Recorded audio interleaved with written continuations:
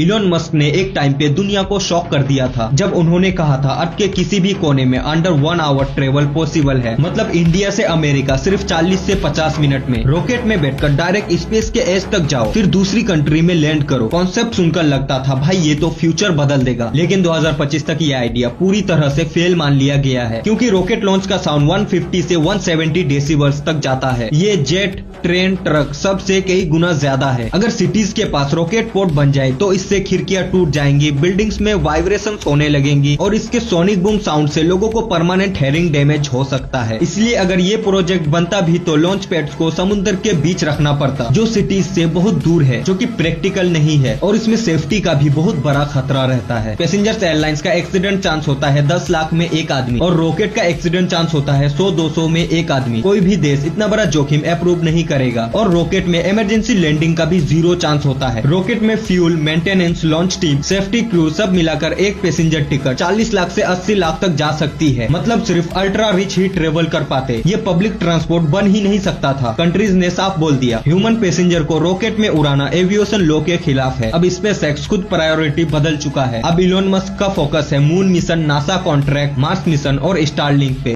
Elon Musk ने एक time पे दुनिया को शॉक कर दिया था जब उन्होंने कहा था अर्थ के किसी भी कोने में अंडर 1 आवर ट्रेवल पॉसिबल है। मतलब इंडिया से अमेरिका सिर्फ 40 से 50 मिनट में रॉकेट में बैठकर डायरेक्ट स्पेस के एज तक जाओ, फिर दूसरी कंट्री में लैंड करो। कॉन्सेप्ट सुनकर लगता था भाई ये तो फ्यूचर बदल देगा, लेकिन 2025 तक ये आइडिया पूरी तरह से फेल मान लिया गया है, क्योंकि रॉकेट लॉन्च का साउंड 150 से 170 डेसिबल्स तक जाता है। ये जेट, ट्रेन, ट्रक सबसे कई गुना ज्यादा है। अगर सिटीज के पास रॉकेट पोर्ट बन जाए तो इससे खिड़कियां टूट जाएंगी, बिल्डिंग्स में वाइब्रेशंस होने लगेंगी और इसके सोनिक बूम साउंड से लोगों को परमानेंट हेयरिंग डैमेज हो सकता है। इसलिए अगर ये प्रोजेक्ट बनता भी तो लॉन्च पैड्स को समुद्र के बीच रखना पड़ता, जो सिटीज से बहुत दूर है, जो कि प्रैक्टिकल नहीं है और इसमें सेफ्टी का भी बहुत बड़ा खतरा रहता है। पैसेंजर्स एयरलाइंस का एक्सीडेंट चांस होता है 10 लाख में एक आदमी और रॉकेट का एक्सीडेंट चांस होता है 100-200 में एक आदमी। कोई भी देश इतना बड़ा जोखिम अप्रूव नहीं करेगा। और रॉकेट में इमरजेंसी लैंडिंग का भी 0 चांस होता है। रॉकेट में fuel, maintenance, launch team, safety crew सब मिलाकर एक पैसेंजर टिकट 40 लाख से 80 लाख तक जा सकती है। मतलब सिर्फ अल्ट्रा रिच ही ट्रेवल कर पाते। ये पब्लिक ट्रांसपोर्ट बन ही नहीं सकता था। कंट्रीज ने साफ बोल दिया ह्यूमन पैसेंजर को रॉकेट में उड़ाना एविएशन लॉ के खिलाफ है। अब स्पेसएक्स खुद प्रायोरिटी बदल चुका है। अब इलोन मस्क का फोकस है moon mission, NASA contract, Mars mission और स्टारलिंक पे।